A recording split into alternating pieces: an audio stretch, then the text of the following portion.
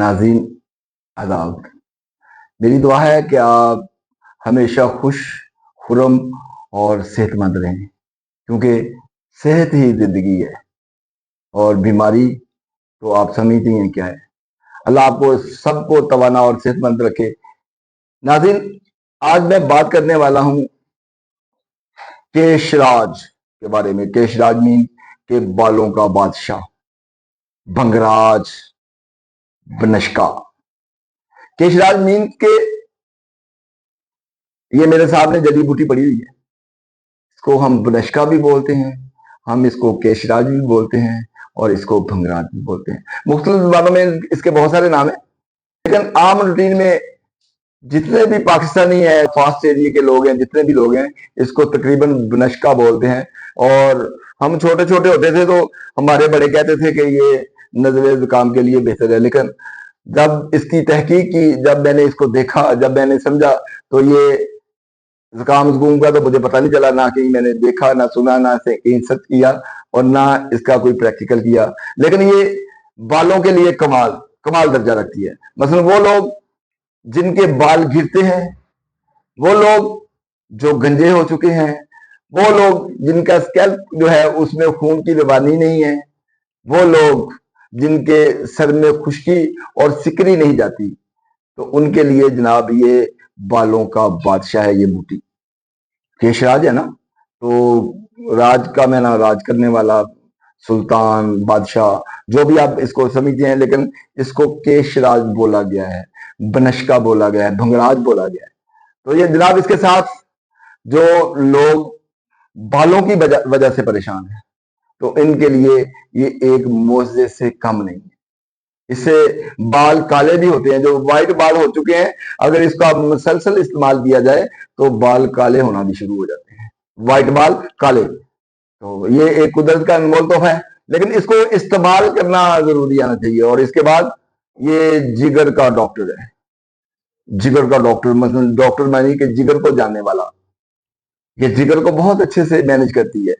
वो लोग जो हेपेटाइटिस सी और बी का मरीज हो चुके हैं, वो लोग जो यरकान के मरीज हो चुके हैं, तो उनके लिए ये एक नायाब तोहफा है। मतलब एक चीज है और 3-4 फायदे हैं इसके।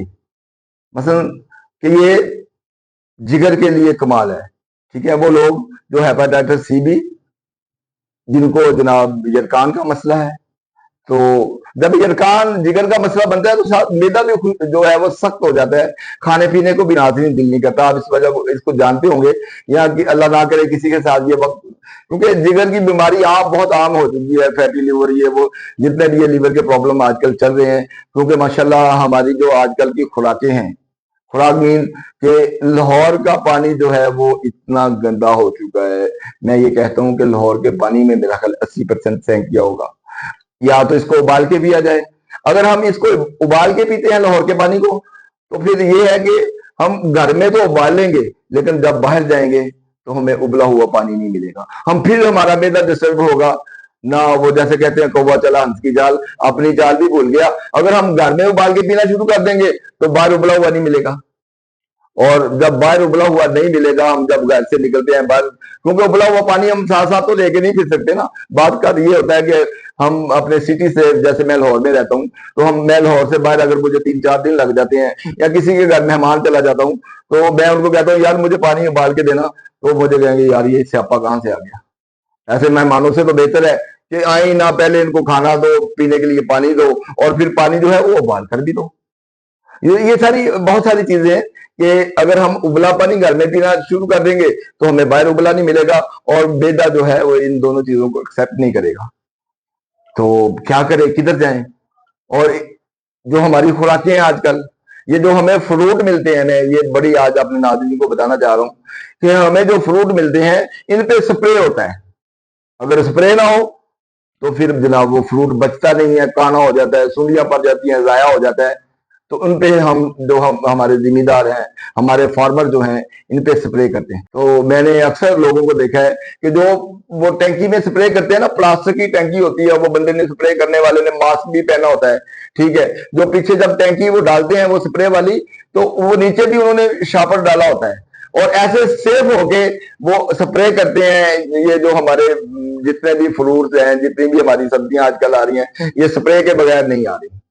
تو جو اتنی سیفٹی کے باوجود بھی ان مریضوں کو سپرے لڑ جاتا ہے, ری ایکشن کر جاتا ہے. اور میں نے دیکھا ہے کہ اکثر لوگ وہ سپرے کے ری ایکشن سے, سپرے کے لڑنے سے جو ان کے اندر کرنے سے چلی جاتی ہے, تو اس سے ڈیتھ بھی ہو جاتی ہے. میں یہ آپ کو باور کروانا چاہ رہا تھا کہ آج کل جو ہمیں خوراک مل رہی ہے, اگر مرچیں ہیں تو اس میں جناب بورا ڈال دیتے ہیں, ٹھیک ہے.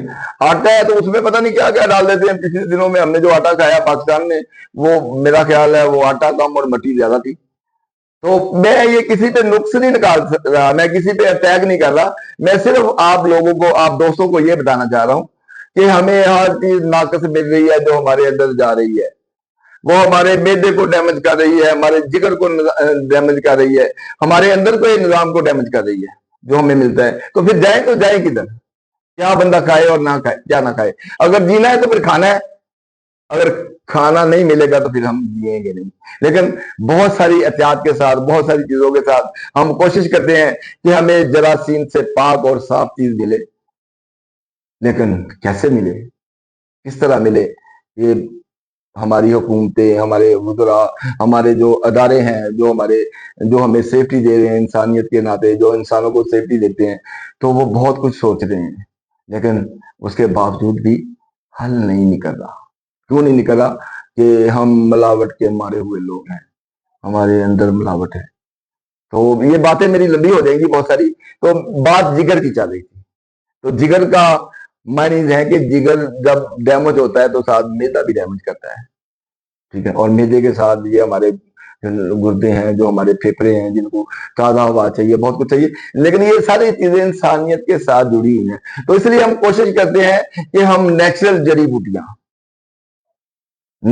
بوٹیوں پہ آئیں اور نیچرل کھائیں. آیا کہ ہم انگلش ٹریٹمنٹ بھی ہم کرتے ہیں, ہم کھاتے ہیں. ہوتا ہے لوگ جو انگلش جو ہے ٹریٹمنٹ جو ہے بہت فاسٹ ہے, جڑی بوٹیاں ذرا سلو کرتی ہیں. لیکن آج کل جڑی بوٹیاں بھی اتنی فاسٹ ہیں کہ وہ اچھا کام کر رہی ہیں, اچھی سسٹم کر رہی ہیں. تو یہ جو ہے نیچرل چیزیں, نیچرل پہ آؤ, نیچرل کھاؤ. تو یہ جگر کے لیے ایک میں یہ بتا رہا تھا کہ یہ جو کیش راج ہے, جو بنشکا ہے, جو بھنگراج ہے, یہ دیکھیں نا, کیش راج جڑی بوٹی ہے, یہ سوکھی ہوئی ہے. تو اس کے میں کھانے کا بعد میں طریقہ بھی بتاتا ہوں, لیکن میں آپ کو یہ آگاہی دینا چاہ رہا ہوں کہ یہ جگر کا ڈاکٹر ہے. یہ کیش راج جو ہے, یہ بھنگراج جو ہے, یہ بنشکا جو ہے, یہ جگر کا ڈاکٹر ہے.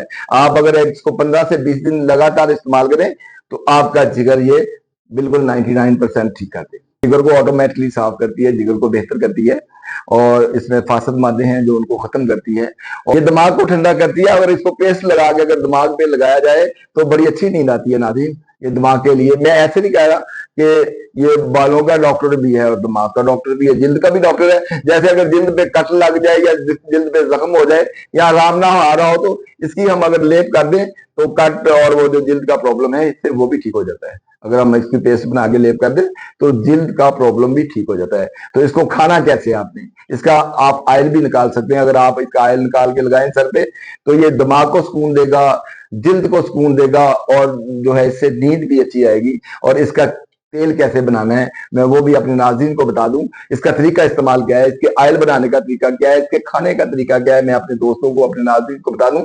کیوں کہ ہم آپ کی بہتر صحت چاہتے ہیں, اور صحت ہے تو زندگی ہے, اور صحت ہی زندگی ہے.